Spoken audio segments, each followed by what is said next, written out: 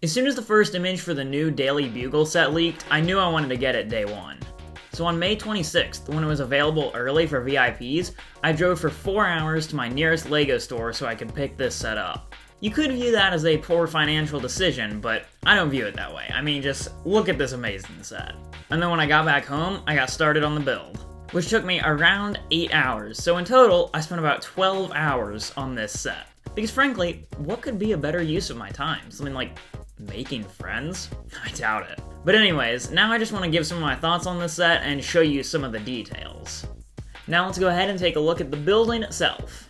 So the building itself, it's constructed on a 32 by 32 base plate and is 4 stories tall with some signage and then a satellite tower on top of the roof.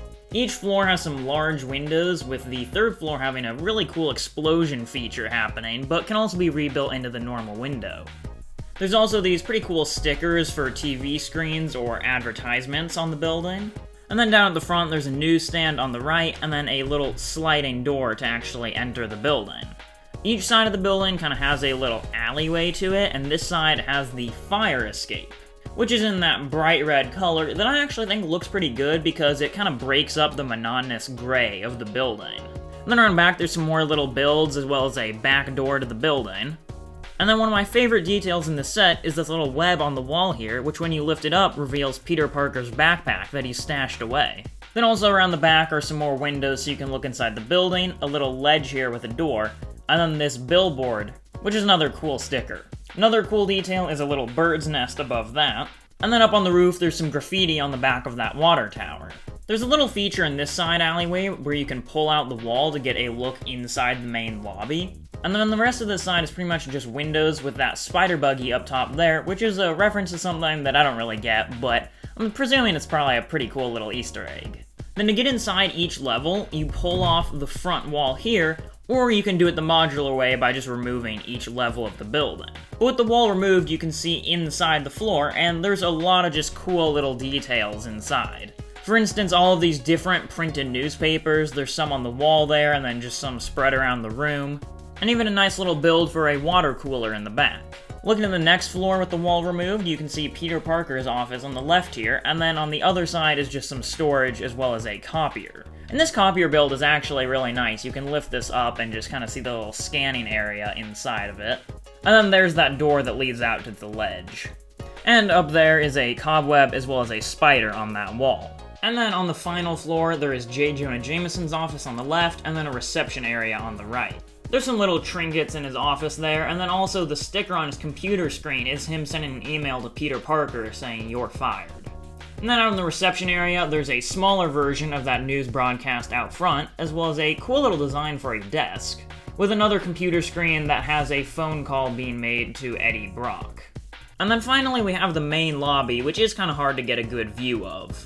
But there are some pretty neat things in here, like this TV screen that has a reference to Morbius the Vampire, a little vending machine in the bottom corner, which is a really nice build, I quite like that, and then just a little waiting area and a front desk area. Plus the main floor elevator entrance is back there in the corner. Also included in this set is this taxi build.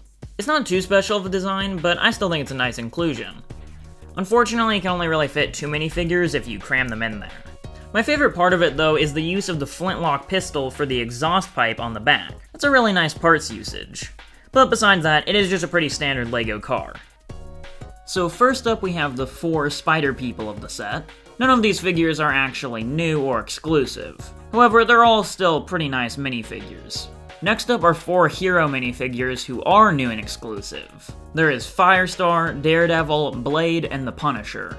And in my opinion, this is exactly what a large Marvel set should have. New or exclusive variants of characters.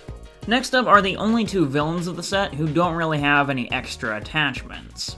You'll see what I mean by that in just a second. But here we have Mysterio, who has appeared in 2 sets previously, and then Black Cat, who is the only exclusive and new villain in this set. Next up is Venom and Carnage, who, like I said, have these attachments. They both have slightly different tentacles on their back, and then also some on their hands. Other than that, these are just the same figures that have appeared in previous sets of this recent Spider-Man wave. And then here's Sandman, who has this large build that appears to be sand and pieces of the sidewalk swirling around him, which I think looks really cool and is slightly adjustable in certain areas. Once again though, besides that, this is not an exclusive Sandman minifigure. And then we have Doc Ock, who has this new design for his tentacles using that posing piece that first appeared in the DC CMF series. I think it's a great look for the tentacles and is actually fairly sturdy and posable. Once again though, his figure is nothing new. And the last villain here is Green Goblin, who comes with his little glider that has a flame shooting out the back. And then lastly here we have kind of all the civilian figures in this set. The most important of which being Aunt May, Peter Parker, Gwen Stacy, and J. Jonah Jameson. Most of these figures are just kind of combinations of pieces from various minifigures from other themes, though. A couple of them do have exclusive faces, and most of them have alternate faces, but none of them are really that worth showing. Except for J. Jonah Jameson, who has this alternate face where his mouth has been webbed over by Spider-Man. Definitely a cool little feature. And even though most of the minifigures aren't exclusive, I still think it's a great selection of characters. So overall, I would say that this set is definitely a much more worthwhile use of your money than something like Taxes. I just really love it. It's an incredible design, and right now, the best Marvel set in my opinion. But that's gonna be it for this video, because I better get back to evading the IRS. Thanks for watching. Dang it, they're here!